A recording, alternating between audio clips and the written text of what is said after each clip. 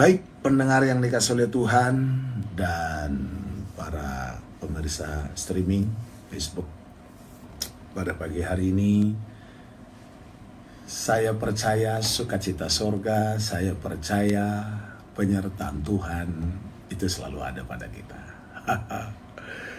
Dan saudaraku yang dikasih oleh Tuhan, saya juga percaya rahmat-Nya selalu baru. Sebab dalam kitab Ratapan berkata, tak berkesudahan kasih setia Tuhan, dan tak habis-habisnya rahmat-Nya, selalu baru tiap pagi. Wow, keren, luar biasa. Bagi Tuhan segala pujian, hormat, kemuliaan sampai selama-lamanya. Sebab Dia sangat baik dan sangat mengasihi kita, dan sangat peduli dengan kita. Bahkan saudaraku, Dia mengasihi kita lebih dari yang kita bayangkan dan pikirkan. Nah, Bapak Ibu, saudara yang dikasih oleh Tuhan, umat Allah yang diberkati oleh Tuhan, dan seluruh jemaat Zaitun yang kami kasih dalam Tuhan, dimanapun saudara berada sekarang, yang ada, saya sapa dulu nih yang ada di Parapat, ini dari tempat yang jauh dulu ya, yang ada di Samosir, yang paling jauh masih ada yang ada di Binjai, ya Bapak Huta Barat, juga yang ada di Lubuk Pakam, Pak Astip dan Pendeta Astip, dan juga yang ada di Parapat, yang ada digembalakan di Porsea, yang digembalakan di Baligi, dan juga yang digembalakan di Samosir, Pendeta Bayu Gunawan Pardede, dan juga yang digembalakan di Siborong-borong, yang ada di Medan, umat Tuhan, ya Fellowship Zaitun Ministry, dan juga yang ada di Jakarta, dan juga seluruh rekan-rekan hamba Tuhan yang tergabung dalam Fellowship Zaitun Ministry di Baligi. Setiap bulannya kami sapa saudara dan sampaikan salam hangat dan salam kasih dalam Kristus bagi kita semua. Rekan-rekan hamba Tuhan, tetap semangat, maju terus dalam Tuhan, mukjizat pasti terjadi. Wow. Ini waktunya, ini saatnya kita akan lihat perbedaan antara orang benar dan orang fasik. Ya, itu di dalam Maleakhi pasal yang ketiga, dan ini juga waktunya, saatnya kita akan lihat perbedaan antara orang yang beribadah dengan orang yang tidak beribadah. Nah, saudaraku, bagi dunia pandemi COVID-19 ini menakutkan. Ya, bagi banyak orang ini menakutkan dan ini menggentarkan saudara. Tapi bagi kita ini kesempatan. Ini kesempatan untuk melihat karya Tuhan yang ajaib. Ini kesempatan untuk melihat bahwa Tuhan Yesus tidak berubah dahulu, sekarang, dan sampai selama-lamanya. Tuhan Yesus adalah Tuhan yang setia kepada umat tebusannya, dan yang akan terus memelihara sampai selama-lamanya.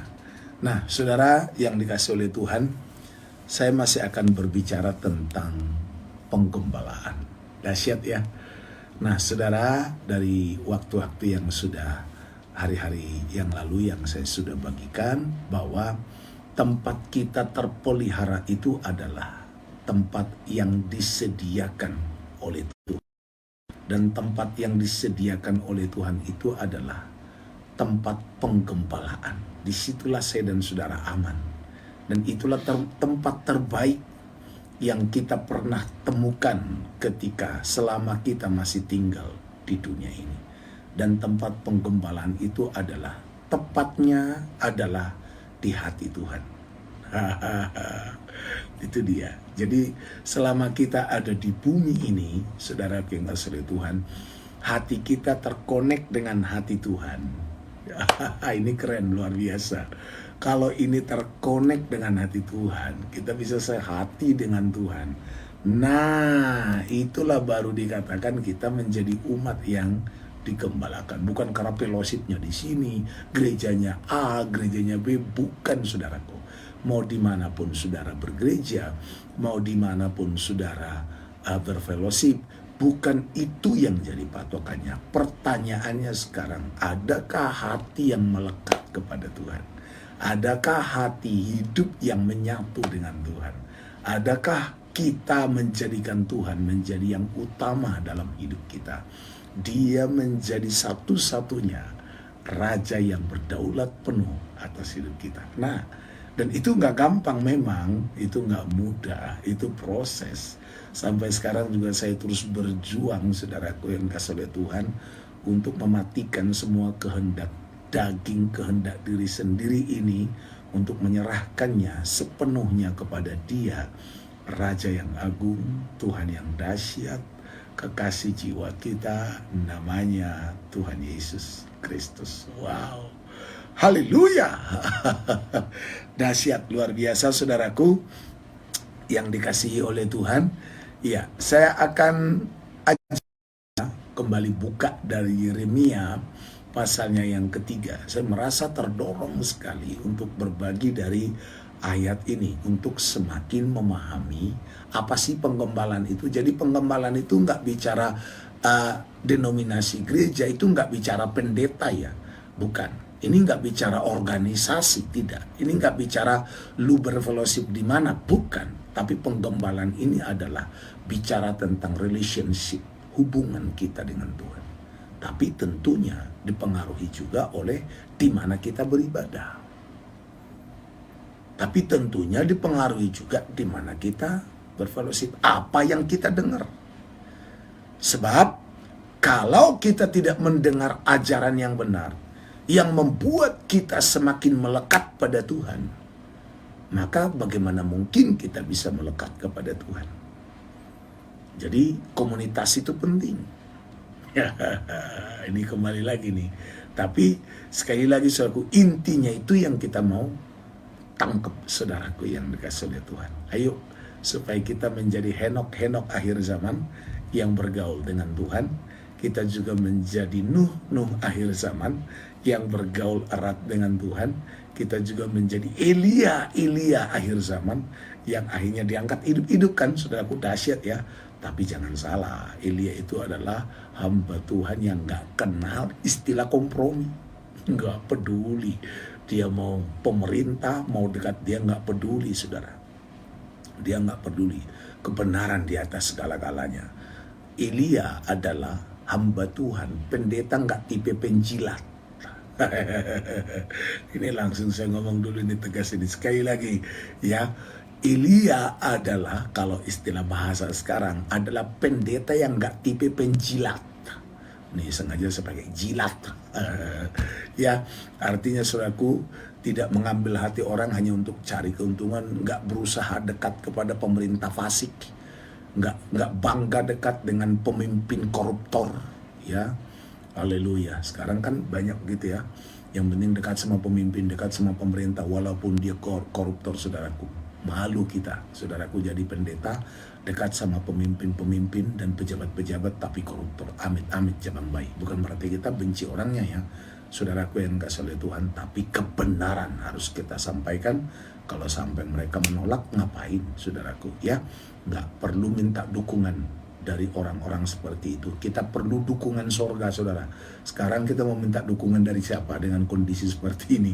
Karena pemerintah pun juga diancam mati sama si corona, saudaraku. Lihat banyak pemimpin-pemimpin yang sudah kena dan bahkan sangat mengenaskan, saudaraku yang kasih oleh Tuhan. Karena di dalam Zakaria pasal pertama ayat yang ke-14, catat ini semua ini ya. Hari Tuhan itu dahsyat, hari Tuhan itu ganas. Pahlawan pun menangis, saudaraku.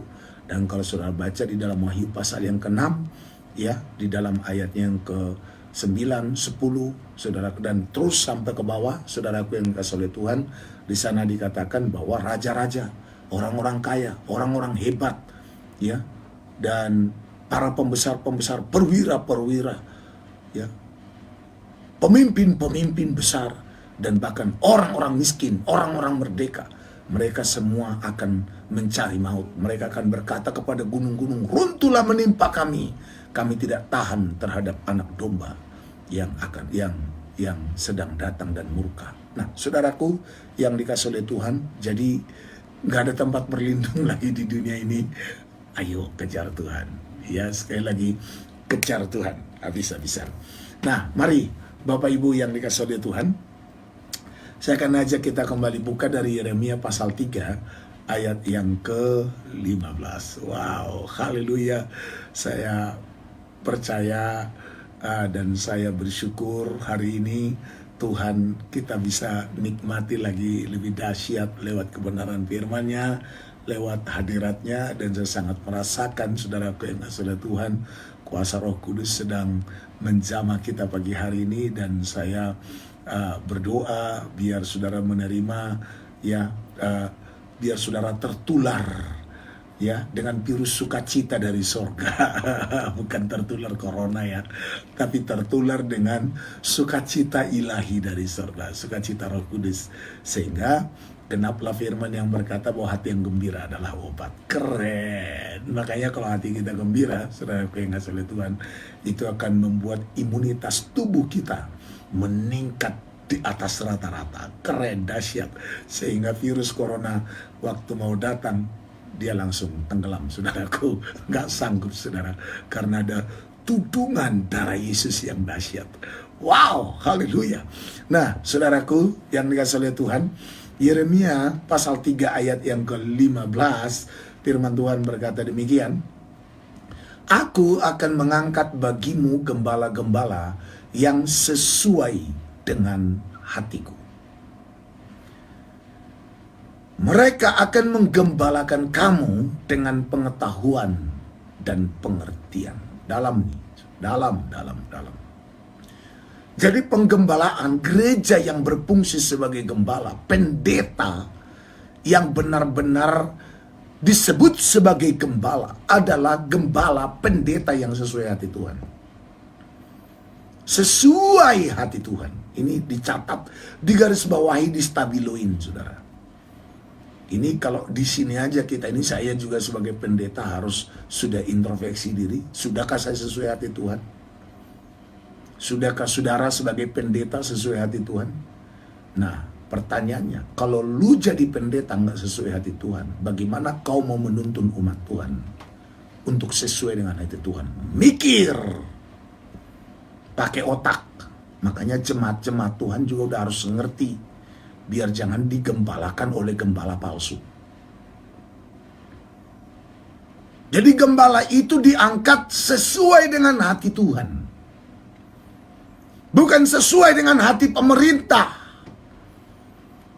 bukan sesuai dengan hati sinode, tapi sesuai dengan hati Tuhan. Zaman sekarang gak kejar Tuhan, putus. Zaman sekarang kita nggak ngejar pribadi Tuhan, nggak sungguh-sungguh. Masih terikat lagi dengan figur, dengan merek dan segala macam. Selesai sudah. Itu berarti engkau tidak mengasihi nyawamu. Sekali lagi saudara, ini kita sudah ada di ujung dari akhir zaman. Ini kita sudah berada di hari-hari yang sudah sangat dekat. Yesus akan datang kembali.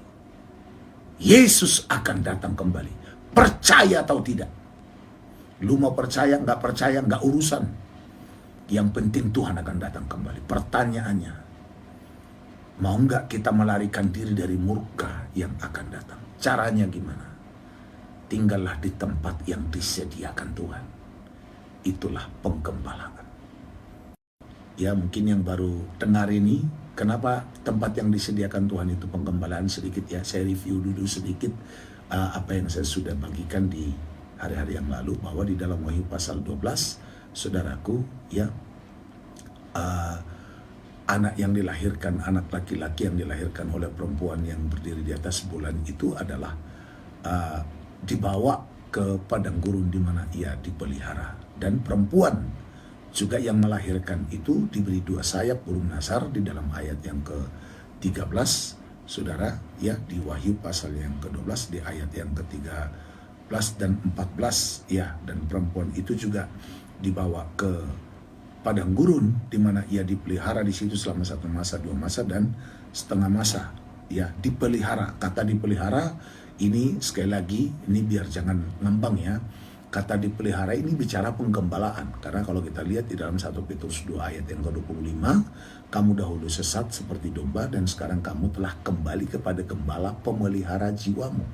Dan di dalam Lukas pasal 15, saudaraku yang kasih oleh Tuhan, bahwa domba-domba yang 99 itu ditinggalkan di padang gurun. Itu berarti tempat penggembalaan, mencari satu ekor domba yang tersesat. Jadi kita lihat di sini bahwa penggembalaan itu sungguh-sungguh membuat saya dan saudara nyaman di dalam Tuhan, ya, dan membuat kita terpelihara walaupun istilahnya kita ini menyimpang, kita akan ditarik kembali. Jadi kalau sudah jadi domba yang digembalakan itu, saudaraku, kalaupun tersesat, engkau akan ditemukan kembali. Keren ya, ini kalau jadi domba. Makanya kalau kita mau memposisikan diri kita menjadi domba-dombanya Tuhan, dan domba itu kita harus catat ya, itu adalah binatang paling lugu dan paling mudah dituntun, dan telinganya tajam mendengar. Telinganya tajam mendengar, bukan mulutnya yang tajam bicara, tapi telinganya tajam mendengar. Seperti yang dikatakan oleh pemazmur, saudaraku, satu kali Allah berfirman, dua hal yang kudengar. Dan ini adalah gambaran daripada orang-orang percaya yang memiliki kelembutan hati untuk mendengar suara Tuhan, untuk dengar-dengaran kepada kebenaran, ya. Dan ini adalah pemburu Tuhan, orang-orang yang cinta habis, cinta mati sama Tuhan. Wow. Haleluya. Saudaraku yang dikasih oleh Tuhan. Nah, kembali saudaraku, bahwa penggembalaan itu tidak bisa lepas dari hati Tuhan. Jadi Tuhan mengangkat gembala-gembala sesuai dengan hatinya, sesuai dengan hatiku, kata Tuhan, untuk menggembalakan kamu. Jadi makanya saudaraku, kalau gembala, aduh saudara, ya, aduh, ini antara berat untuk menyatakannya nih. Kalau gembala nggak benar-benar, jangankan dulu hati Tuhan, ya, hatinya sendiri aja nggak bisa dipahami, bagaimana ini? Ya, makanya firman Tuhan berkata, jika orang buta menuntun orang buta, bukankah keduanya akan jatuh ke dalam lubang? Nah, mungkin kita akan merasa, oh enggak, aku gembala yang paling benar. Mungkin nah, ini kalau udah begini nih, mintanya berdebat kan. Nah, kita bersyukur selaku dengan adanya Mas virus corona ini, disinilah akan diuji, disinilah akan dibuktikan panggilan kita, akan dibuktikan pilihan atas hidup kita, apakah sungguh-sungguh pilihannya dari surga atau dari dunia ini, atau dari diri sendiri. Jadi berbicara penggembalaan, berbicara tentang mengetahui hati Tuhan. Berbicara penggembalaan, berbicara tentang mengerti hati Tuhan, itu dalam. Ini bicara tingkat kedewasaan. Ini tingkat kedewasaan rohani. Bisa memahami hati Tuhan. Kita pun juga, saudara, sebagai suami istri bisa memahami hati pasangan. Itu adalah tanda-tanda pasangan yang dewasa. Kalau satu pasangan dari suami istri, dari keluarga tidak belajar memahami hati pasangannya, ini bahaya. Itu tanda-tanda ketidakdewasaan. Nah, sama kita dengan Tuhan. Sekali lagi saudara, bahwa hubungan kita dengan Tuhan itu digambarkan bagaikan hubungan antara suami dan istri. Ini harus dicatat. Dalam dan dalam. Ini bicara melekatnya kita dengan Tuhan. Dan ini penggembalaan. Jadi kalau kita lebih melekat ke dunia ini, lebih melekat ke mamon, lebih melekat kepada kesibukan kita di dunia ini, pekerjaan, makanya sekarang Tuhan izinkan virus corona ini untuk melumpuhkan semua pekerjaan kita. Agar apa? Tuhan mau ajar kita untuk mikir. Kita bisa buat apa dengan segala hasil penghasilan kita selama ini, kalau kita berada dalam kondisi seperti ini. Jadi nggak ada gunanya hidup ini kalau nggak Tuhan yang menyertai kita. Karena hidup kita ini karena Tuhan, harus dicatat loh saudara. Yang berinisiatif kita ini jadi manusia, dan ada saat ini adalah Tuhan. Dan tentu saudaraku yang dikasih oleh Tuhan, seperti yang dikatakan di dalam kitab Amsal pasal yang ke-16, bahwa Tuhan membuat segala sesuatu untuk tujuannya masing-masing. Bahkan saudaraku yang dikasih oleh Tuhan, orang fasik pun dibuatnya untuk hari malapetaka. Dalam Amsal 16 ayat yang keempat, Tuhan membuat segala sesuatu untuk tujuannya masing-masing. Jadi saudaraku yang dikasih oleh Tuhan, kita harus mengerti apa tujuan Tuhan di hidup kita. Apa panggilan Tuhan. Kita nggak bisa hidup lagi sembarangan sekarang ini. Hidup kita nggak hanya sekedar kerja, harus pintar, belajar, baru nanti dapat kerja, dapat gaji, lalu punya rumah, punya mobil, punya istri, punya suami, punya anak, lalu besarkan anak, baru tua mati. Kalau begitu hidup kita nggak ada bedanya dengan binatang. Nggak ada bedanya, saudara. Binatang juga begitu. Kita hidup karena Tuhan. Dan harus juga hidup untuk Tuhan. Jika tidak, maka kita sudah gagal menjalani hidup kita. Kita gagal hidup sebagaimana mestinya. Itu sebabnya kita butuh penggembalaan. Mengapa kita butuh penggembalaan? Sebab dalam penggembalaan inilah kita belajar mengerti dan mengetahui hati Tuhan. Makanya penggembalaan itu bukan asal gereja. Makanya gembala itu diangkat Tuhan sesuai dengan hatinya. Makanya seorang gembala itu haruslah orang yang punya hubungan yang khusus dengan Tuhan. Seorang gembala, seorang hamba Tuhan, seorang pendeta haruslah orang yang punya hubungan istimewa dengan Tuhan dan memiliki banyak waktu duduk di kaki Tuhan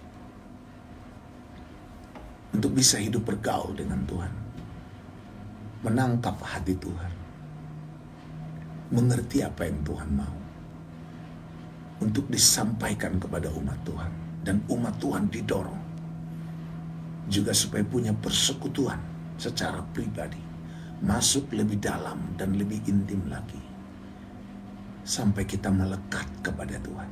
Jadi bicara penggembalaan adalah bicara tentang hati umat yang melekat pada Tuhan. Kalau saya sebagai gembala tapi hatiku nggak melekat pada Tuhan, saya gagal jadi pendeta. Kalau saya sebagai gembala hatiku nggak melekat pada Tuhan, lebih melekat pada mamon, lebih melekat kepada dunia, lebih melekat kepada keluarga, gagal, udah putus, udah nggak benar, saudara. Dan saya tidak katakan saya sudah sempurna di situ, jauh lah, masih terus berjuang, untuk mengasihi Tuhan lebih dari segalanya. Kan ada pujian berkata, lebih dari segalanya ku ingin Kau Tuhan, emas, perak, dan permata tiada artinya. Ku ingin lebih dekat, bersekutu denganmu. Jadikan ku hamba setia kepadamu. Saudara, sedikit saya bersaksi kepada saudara. 2014, tepatnya bulan Agustus, masih bulan Juli itu ya, saya sudah dengar dorongan yang sangat kuat dari Tuhan. Stay at home. Jadi bukan sekarang aja pemerintah bilang stay at home. Tuhan bilang jelas sekali lewat Roh Kudusnya untuk tinggal di rumah saja. Jangan pergi pelayanan keluar. Bangun menara doa. Dan oleh anugerah Tuhan, saudara, Ya, kami masih penuh kelemahan, saudaraku. Kami bangun menara doa. Kita berjuang selama 24 jam, walaupun kadang-kadang masih ada celah-celahnya, saudara. Ya, harus jujur, kita nggak usah sok udah gimana-gimana gitu. Ya, saudara yang dikasih oleh Tuhan, sejak itu saya memutuskan semua undangan keluar. Padahal sebelumnya saya bisa dalam sebulan itu hanya beberapa hari ada di tempat penggembalaan. Saya keliling Indonesia, bahkan sampai ke berbagai negara. Tapi sejak 2014 Tuhan bicara stay at home. Dan kami bangun menara doa. Banyak hal yang telah Tuhan perbuat di dalam hidup yang masih penuh dengan kelemahan, saudara. Kami melihat Tuhan bergerak sampai pada hari ini.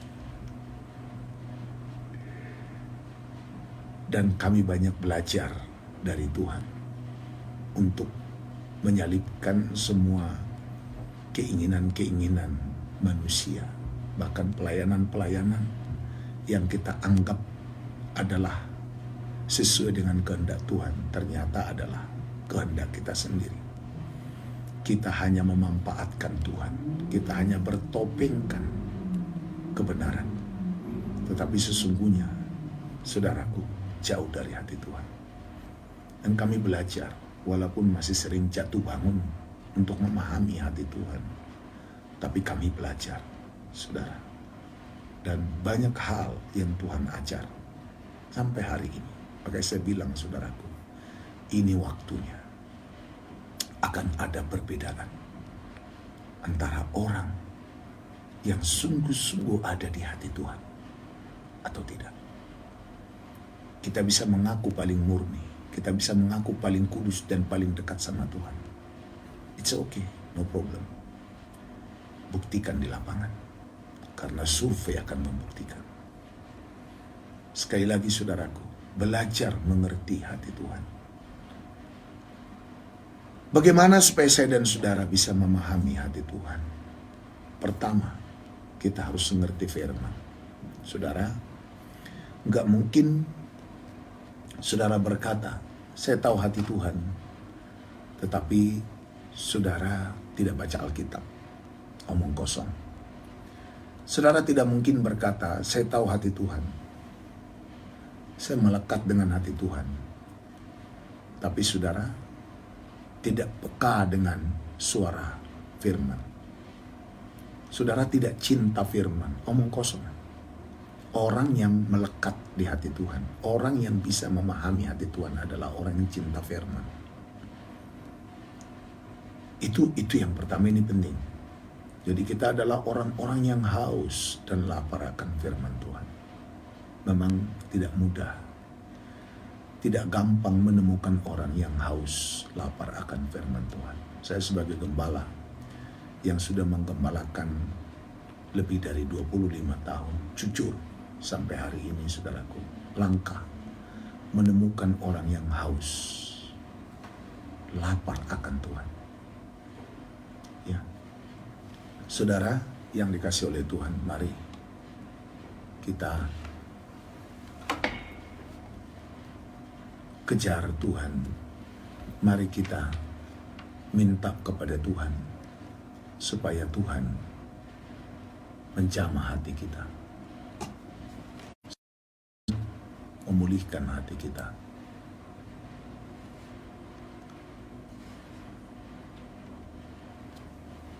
Dan Tuhan membaharui hati kita. Haus dan lapar akan Tuhan itu harus kita miliki. Kalau tidak, saudara,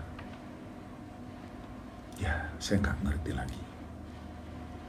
Doa saya biar semua pendengar yang dikasih oleh Tuhan dan juga sahabat-sahabat yang ada di streaming Facebook, Tuhan berikan hati yang makin haus dan lapar akan Tuhan. Jadi penggembalaan yang benar, sekali lagi, adalah penggembalaan, di mana kita ngerti hati Tuhan. Dan yang mengerti hati Tuhan adalah mereka yang mencintai firman. Itu yang pertama. Yang kedua, kalau kita sudah di dalam penggembalaan yang benar, saudara, maka kita harus mengenal pribadi Roh Kudus. Karena Tuhan itu menggembalakan kita dengan firman dan rohnya. Nah, itulah yang dikatakan di dalam Wahyu pasalnya yang ke-12. Sekali lagi coba kita buka, saudaraku, di dalam ayat yang ke-13. Wahyu pasalnya yang ke-12 di ayat yang ke-13. Firman Tuhan berkata begini, dan ketika naga itu sadar bahwa ia telah dilemparkan di atas bumi, ia memburu perempuan yang melahirkan anak laki-laki itu. Kepada perempuan itu diberi kedua sayap dari burung nazar yang besar, supaya ia terbang ke tempatnya di padang gurun. Ingat, di padang gurun. Padang gurun itu menurut kitab Lukas, saya sudah bagikan di hari yang lalu, saudara, adalah di dalam Lukas pasal 15, saudara, ya, tempat Tuhan meninggalkan 99 domba-domba, karena di situ paling aman, saudara. Karena di situ Tuhan pelihara, sama seperti orang Israel kan, Tuhan bawa jalan lewat padang gurun menuju tanah Kanaan, karena disitulah Tuhan pelihara mereka. Jadi padang gurun itu tempat penggembalaan. Nah, lihat saya semua ini penting nih, atau dengar saudaraku yang kasih lihat. Padang gurun itu sebenarnya kalau menurut ulangan pasal 8 ayat yang ke-15 itu gersang. Di sana ular beludak dan kalajengking yang merajalela, saudara. Tapi kok itu jadi tempat penggembalaan? Makanya seperti yang Yesus katakan, saudaraku yang dikasih oleh Tuhan, bahwa kita ini seperti domba di tengah serigala. Di tengah serigala. Tapi walaupun kita seperti domba di tengah serigala, selama kita digembalakan, saudara, kita aman. Dan serigala itu bisa juga dengan munculnya virus corona sekarang, saudaraku. Dengan munculnya lagi, makin sulit kan ekonomi sekarang. Lumpuh sudah, saudaraku. Ekonomi makin lumpuh. Karena semua aktivitas kita sekarang juga dilumpuhkan. Orang kerja dari rumah dan segala macam. Bagaimana mau kerja dari rumah?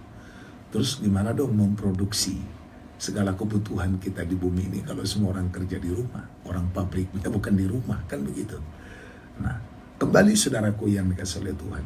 Ya, jadi kita harus mengenal pribadi Roh Kudus, berjalan dalam tuntunan Roh Kudus, ya, berjalan dalam tuntunan Roh Kudus.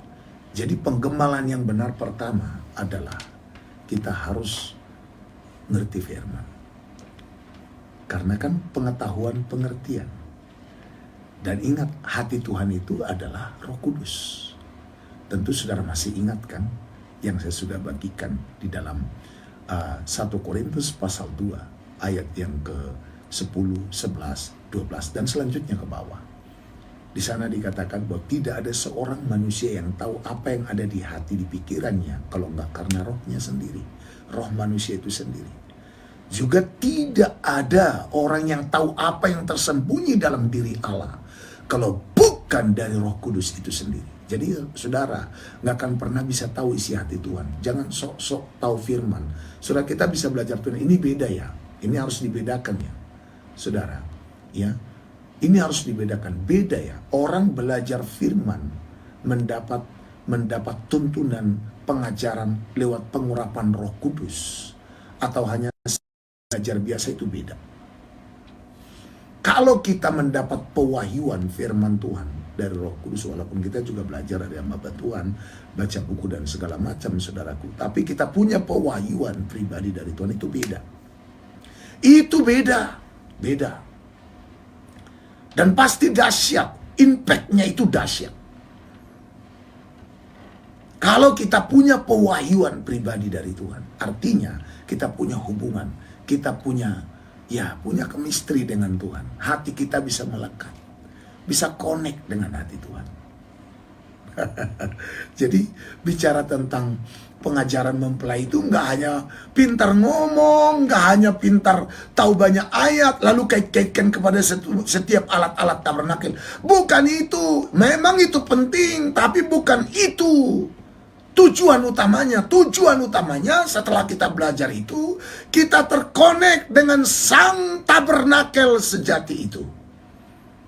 Kita cuma terkonek hanya kepada berita tabernakelnya, tetapi kepada pribadi tabernakel itu, kepada pribadi dari sang tabernakel itu, kita jauh.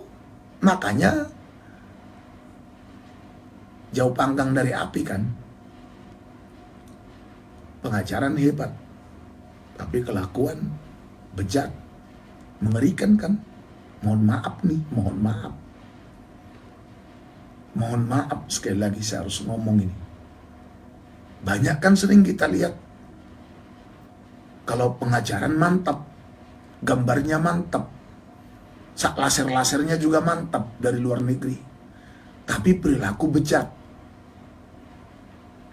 Nah ini yang ngeri-ngeri sedap. Tuhan jauhkan itu dari kita. Juga Tuhan jauhkan dari saya. Saya juga tidak katakan saya lebih benar. Enggak, sama-sama dijauhkan Tuhan, saudaraku yang dikasihi oleh Tuhan, dari hidup kita. Makanya harus bergaul.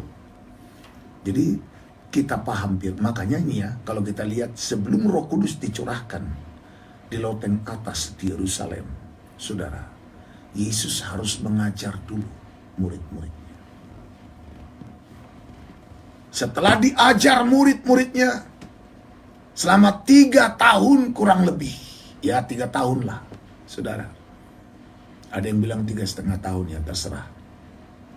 Mau 3 tahun, mau 3,5 tahun, bukan itu intinya. Tapi terus tiap hari Tuhan mengajar murid-muridnya. Lihat setelah diterima pengajaran itu, bagaimana hidup mereka. Berubah? Ya berubah, tapi hanya sedikit. Kelakuan bagaimana? Lihat Yudas, aduh amit-amit. Lihat Petrus, aduh mengerikan sekali, menyangkal Tuhan. Thomas, aduh, leletnya bukan main, loading terus, buffering terus. Ya, siapa lagi yang lain? Semua, saudara. Tapi berbeda ya, ketika Roh Kudus dicurahkan. Makanya kalau hanya, saudara tahu, semua murid-murid rasul-rasul itu udah jago ayat sebelum Roh Kudus dicurahkan. Tapi itu semua nggak ada artinya, karena ternyata mereka semua hanya barang rongsokan sebelum Roh Kudus dicurahkan. Walaupun udah jago ayat, udah jago firman, udah jago mengkait-kaitkan. Oh ini terkena, udah kenakanlah di situ. Walaupun kau udah kenakan kemana-mana, tapi kalau nggak pernah hatimu terkena ke hati Tuhan, putus, selesai, saudara. Ya, jadi saudaraku yang dikasih oleh Tuhan, sekali lagi, kita harus bergaul dengan Roh Kudus. Karena Roh Kuduslah yang menyertai gereja Tuhan. Roh Kuduslah yang sekarang ada menyertai kita, mewakili Bapa dan Anak. Bapa dan Anak sekarang ada di sorga, itu kata Alkitab. Dan Roh Kuduslah yang menyertai kita.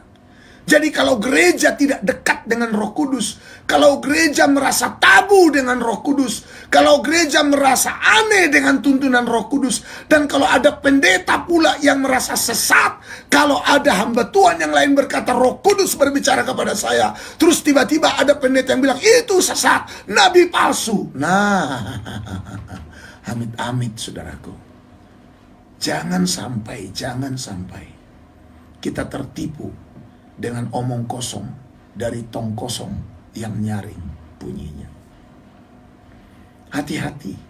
Nah kita kan survei akan membuktikan, saudaraku. Itu kan buktikan. Justru kalau saya berkata, saya thank you Lord. Terima kasih untuk semua apa yang terjadi ini. Karena inilah hari-hari akan ada pembuktian siapa kepunyaan Tuhan. Memang seperti nantang ya, bukan nantang saudara, tapi biar kebenaran itu sama kan seperti zaman Elia kan. Susah dibedakan mana nabi yang benar, mana nabi palsu. Karena apa saudaraku? Semua merasa benar. Tinggal Elia sendiri. Lalu apa yang terjadi, saudaraku? Elia harus bawa mereka ke atas Gunung Karmel.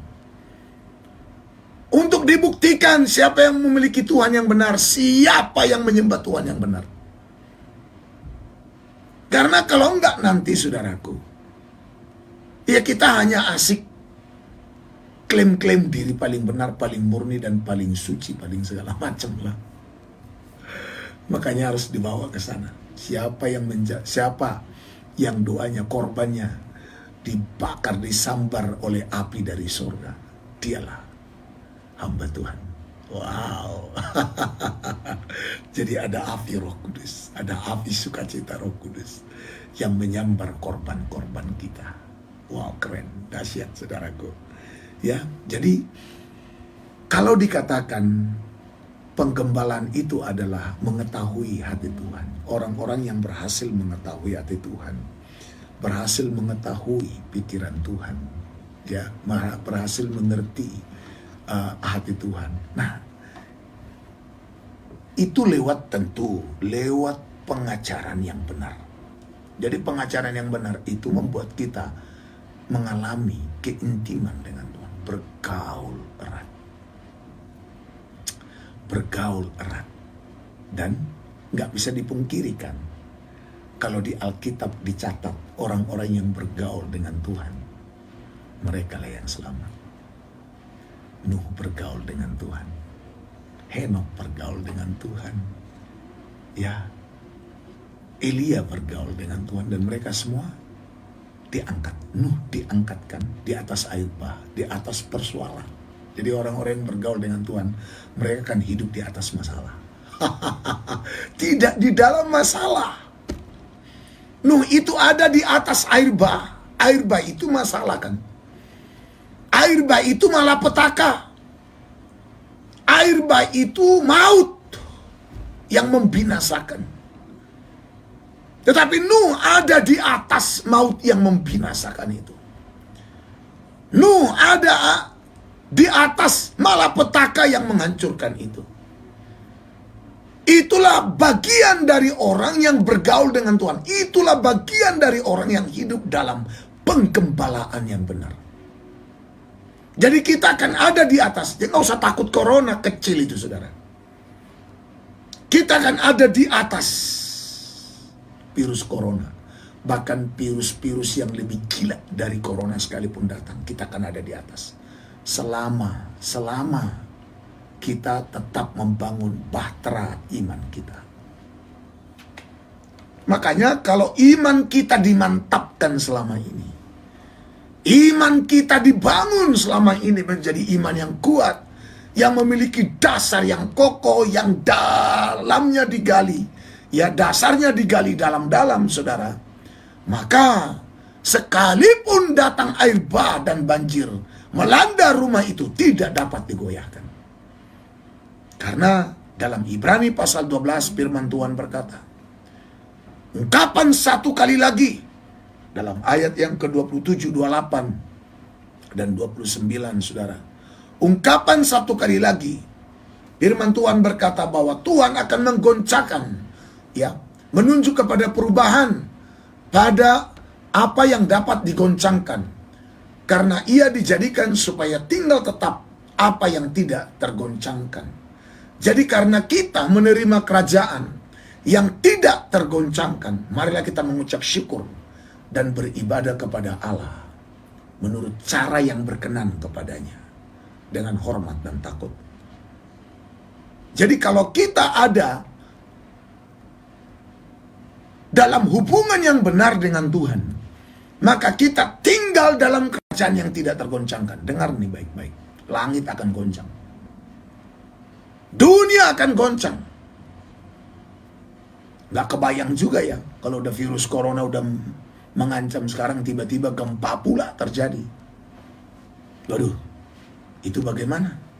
Seperti saya dengar, saudaraku, di daerah Jawa Barat, di tengah-tengah pandemi COVID-19 ini, banjir pula. Dan orang-orang mengungsi ke pengungsian. Mau tidak mau mereka kumpul. Dipaksa kumpul lagi, nggak bisa enggak. dipaksa kumpul. Sementara sekarang kita sedang dibuat aturan ya social distancing, nggak bisa kumpul. Bahkan saya dengar 5 orang pun nggak bisa ngumpul lagi sekarang. Untuk di Jakarta ya, Gubernur Jakarta sudah perintahkan 5 orang pun nggak bisa ngumpul. Sementara kalau terjadi lagi bencana yang lain, harus mengungsi ke satu tempat. Waduh, siapa yang sanggup? Makanya dikatakan hari Tuhan itu pahit. Pahlawan pun menangis. Kalau pahlawan saja yang sudah biasa berhadapan dengan maut harus menangis menghadapi hari Tuhan, terus siapa kita? Kalau pahlawan saja yang sudah biasa ada di medan perang dan sudah biasa mendengar desingan peluru, bahkan biasa terluka dan biasa melihat orang mati ditembak, kena bom hancur berantakan, termutilasi, saudaraku, harus menangis melihat hari Tuhan. Terus bagaimana dengan saya dan saudara? Makanya gak ada tempat pelarian. Kejarlah hati Tuhan. Kejar pengajaran. Carilah pengajaran dan kesaksian. Siapa yang tidak berbicara sesuai dengan perkataan itu, kalau saya nggak salah itu di dalam Yesaya pasal 8 ayat yang ke-20. Siapa yang tidak berbicara sesuai dengan perkataan itu, baginya tidak terbit fajar. Cari pengajaran dan kesaksian. Ya, biar lebih jelas ya. Yesaya pasal 8 ayat 20. Siapa yang tidak berbicara sesuai perkataan itu, maka baginya tidak terbit fajar, tidak ada terang. Gak ada harapan, gak ada masa depan. Gak ada pandangan hidup yang jelas kalau gak ada pengajaran. Tapi kalau kita punya pengajaran, kita punya pandangan hidup yang jelas, kita punya harapan yang mantap, harapan yang tidak mengecewakan. Jadi saudara, perempuan yang berdiri di atas bulan itu ketika dikejar oleh naga yang adalah setan itu, diberi 2 sayap burung nasar yang besar, supaya ia terbang ke tempatnya di padang gurun. Dalam ayat yang ke-14, di mana ia dipelihara jauh dari tempat ular itu selama 1 masa, 2 masa, dan setengah masa. Kita akan jauh dari tempat ular itu, dari tempat kejahatan, dari tempat malapetaka. Walaupun secara fisik kita lihat kok di sekitar kita, tetapi walaupun secara fisik kejahatan malapetaka itu di sekitar kita, tapi itu serasa jauh. Itu sebabnya Mazmur 91 ayatnya yang ke-7 berkata, saudara, walau 1000 rebah di sisiku, 10.000 rebah di sebelah kananku, itu tidak akan menimpa aku. Kenapa saudaraku? Aku hanya jadi penonton. Ini kata jauh daripada si jahat. Bukan berarti si jahat itu ada di bumi, kita di bulan. Bukan saudara. Tapi walaupun di sekitar kita secara fisik, tapi itu serasa jauh dari hidup kita, dibuat oleh Tuhan. Dan hanya Tuhan yang sanggup buat itu. Dahsyat ya. Dan kalau kita lihat siapa yang benar-benar dipelihara oleh Tuhan, jauh daripada naga itu. Kalau kita perhatikan di ayat yang ke-14, saudaraku, yang dikasih oleh Tuhan. Di ayat yang ke-14-nya ini, firman Tuhan berkata begini, sungguh hatinya melekat kepadaku. Sekali lagi, sungguh hatinya. Bagaimana dengan hati kita? Ayo, kemana hati kita melekat? Ke uangkah? Kemana hati kita melekat? Ke dunia kah?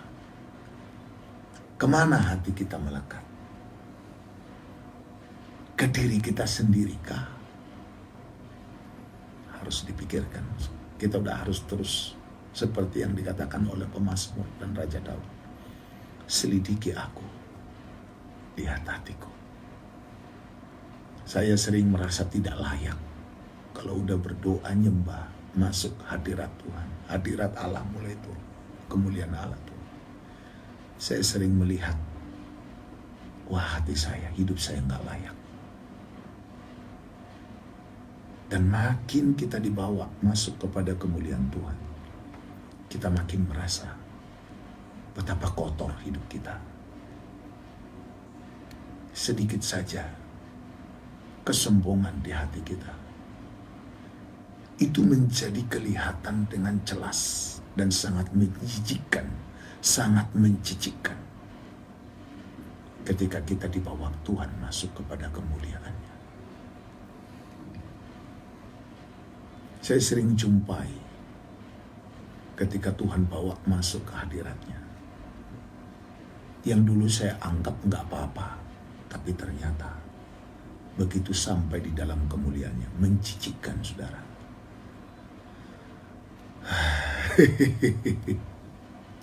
Tuhan tolong kita semua. Tuhan tolong kita semua. Supaya kita diberi dua sayap burung nasar. Dua sayap itu adalah kekuatan Roh Kudus dan kekuatan firman. Inilah waktunya. Inilah saatnya. Kita harus menunjukkan pada dunia bahwa kita kuat di dalam Tuhan. Maka dalam Efesus pasal yang ke-6 ayat 10 dikatakan, hendaklah kamu kuat di dalam Tuhan, di dalam kekuatan kuasa-Nya. Jangan jadi hamba Tuhan yang gak percaya kuasa Tuhan. Jangan jadi hamba Tuhan yang sering meremehkan karunia Roh Kudus. Hati-hati. Hati-hati. Hati-hati. Hati-hati. Kalau kita belum mengalami, mendingan kita belajar diam dan mohon pada petunjuk Tuhan. Kalau saya kadang-kadang lihat hamba-hamba Tuhan yang terlalu hebat menyerang pekerjaan dan manifestasi Roh Kudus, itu mengerikan. Dan memang itu adalah roh Farisi, saudara. Dan itu akan menghancurkan. Dan itu akan menghancurkan hidupnya sendiri. Makanya, saudara, itu yang terjadi pada orang-orang Farisi pada zaman Yesus. Kalau kita lihat di dalam Matius pasal 23, tidak ada perkataan Tuhan yang enak buat orang Farisi. Selalu ada kata celaka, celaka, celaka. Bahkan terakhir Yesus bilang, engkau tidak akan luput dari hukuman neraka. Tapi kita nggak usah tersinggung. Kalau ada orang yang mencurigai kita, itu juga bagus. Supaya kita lebih berhati-hati lagi beroperasi di dalam karunia Roh Kudus. Supaya lebih peka dan menguji setiap roh. Ya, dan jangan kalau sampai kita luka batin, sakit hati, begitu orang koreksi dan begitu orang selidiki seperti itu, ya itu juga tanda tanya, saudaraku yang dikasih oleh Tuhan. Gak apa-apa orang bilang kita nabi palsu, gak apa-apa. Ya, dulu pun saudaraku yang dikasih oleh Tuhan, ketika Tuhan suruh saya untuk buka pelayanan di Baliki ini, saya dicap semua teman-teman saya nabi palsu. Gak apa-apa. Gak apa-apa. Kita gak usah benci. Kita gak usah jauhi mereka. Ya kalau mereka yang jauhi kita, biarin aja. Kalau saya secara pribadi gak jauhi mereka. Kalau mereka yang menjauh, ya biarin saja. Toh kita juga gak rugi. Yang rugi dia kan jauhin kita. Kita sedang nikmati berkat Tuhan, dia jauhin kita. Ya dia yang keblinger kan gitu. Nggak usah sakit hati, biarkan saja. Kita doakan kiranya mereka juga Tuhan beri kemurahan untuk menerima kebaikan Tuhan. Nah, saudara, jadi memahami hati Tuhan, mengerti hati Tuhan, itu artinya kita belajar mengerti firman dengan benar. Mengenal Tuhan dengan benar. Karena bisa sehati dengan Tuhan itu tuh berarti punya pengenalan tingkat tinggi ya. Ini punya pengenalan yang mantap. Makanya dalam Hosea pasal 4 ayat yang ke-6 firman Tuhan berkata, umatku binasa karena tidak mengenal Allah. Karena kamu menolak pengajaran. Jadi kembali saudara, kita kalau menolak pengajaran, Tuhan juga akan menolak kita. Artinya kalau kita menolak belajar firman, menolak diajar firman, karena memang pengajaran itu menurut 2 Timotius pasalnya yang ke 3 ayat 16 ya, saudaraku, memang segala tulisan yang dilambangkan Allah itu bermanfaat untuk mengajar. Ya, bermanfaat untuk mengajar, menyatakan kesalahan, memperbaiki kelakuan, dan untuk mendidik orang dalam kebenaran. Memang pengajaran itu nggak enak. Dibongkar kesalahan kita, dibongkar semua topeng kita, ditelanjangi hidup kita. Makanya banyak orang nggak suka pengajaran. Karena apa? Akan dikoreksi. Pengajaran itu ibarat cahaya terang. yang menerangi semua kegelapan hidup kita.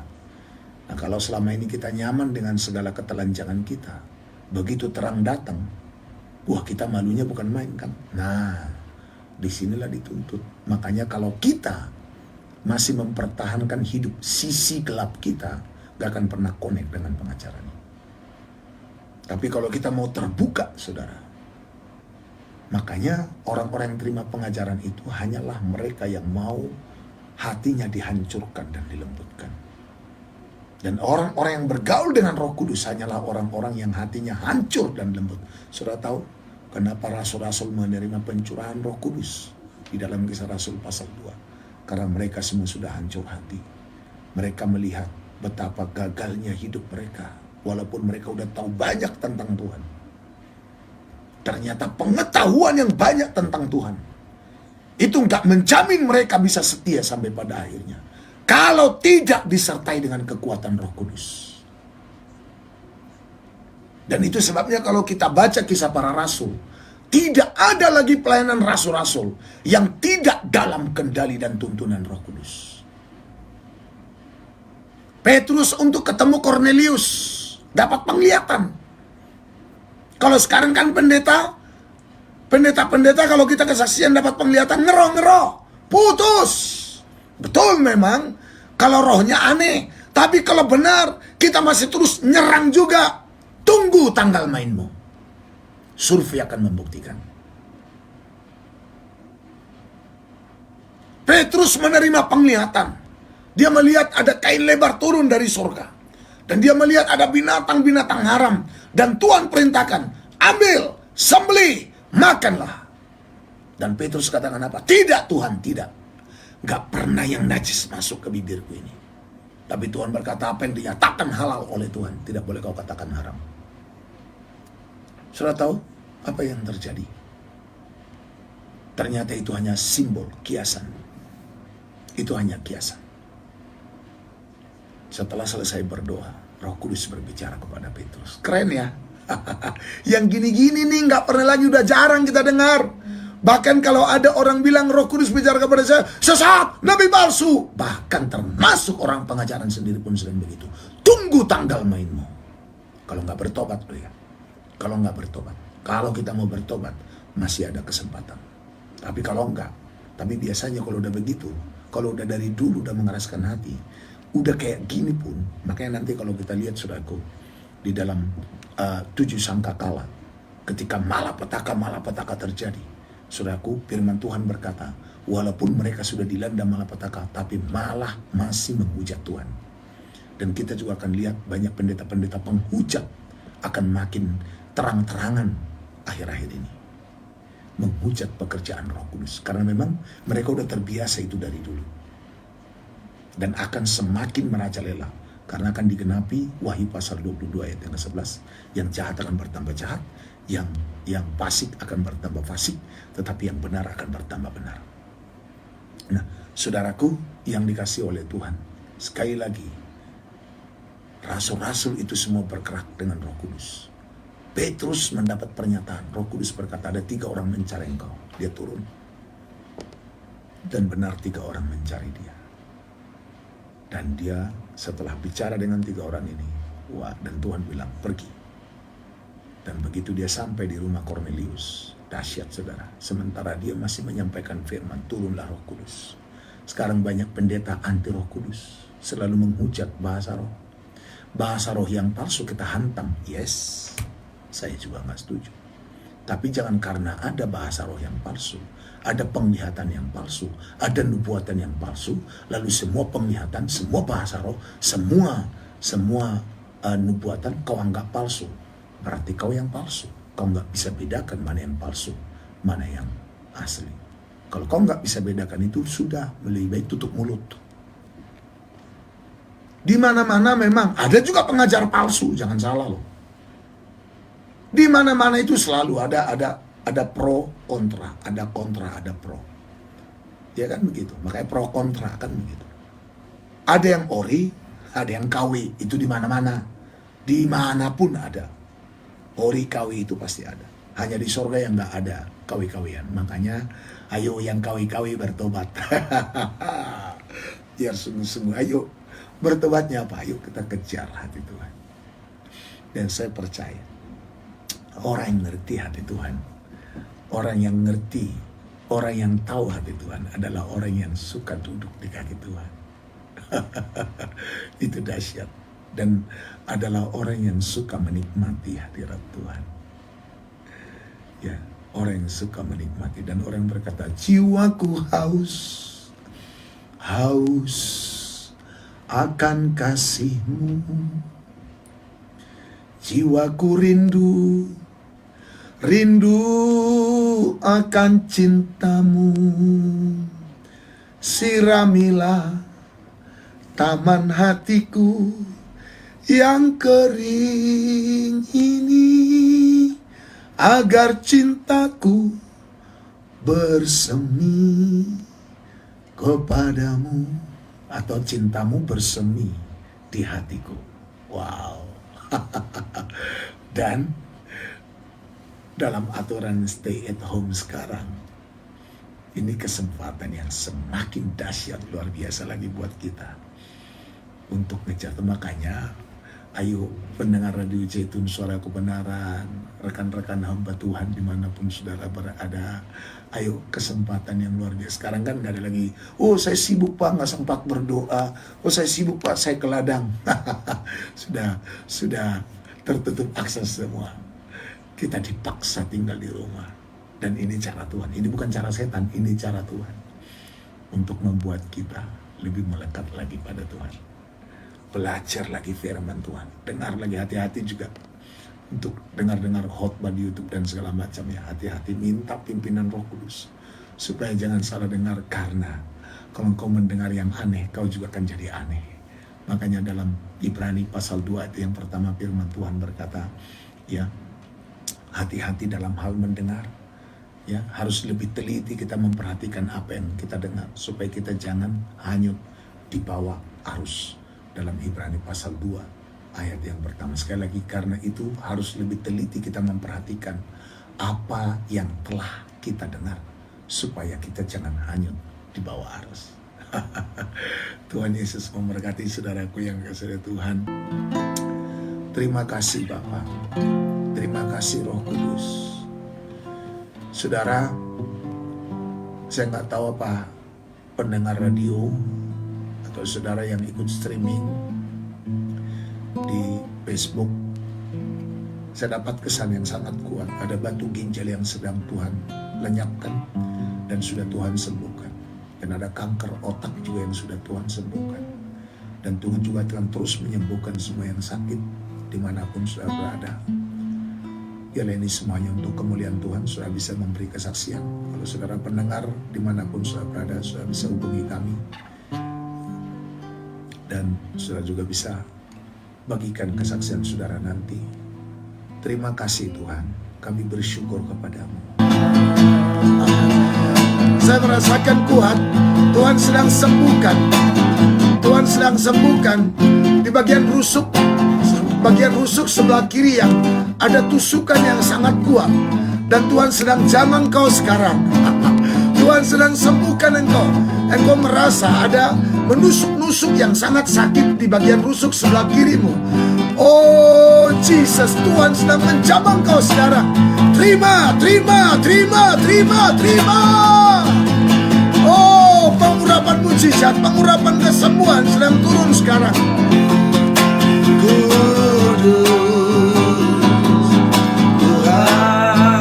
Saudara, dalam nama Yesus, saya melihat ada lutut sebelah kanan yang engselnya sudah sangat sakit, sedang Tuhan sembuhkan sekarang, sedang Tuhan jamah sekarang. Engkau yang selama ini sulit berjalan, mulailah melangkah, berjalanlah dengan normal. Terima mujizatmu dalam nama Yesus. Lutut sebelah kanan sedang Tuhan sembuhkan sekarang. Yang lututnya bermasalah, lutut sebelah kanan berjalan. Tuhan sedang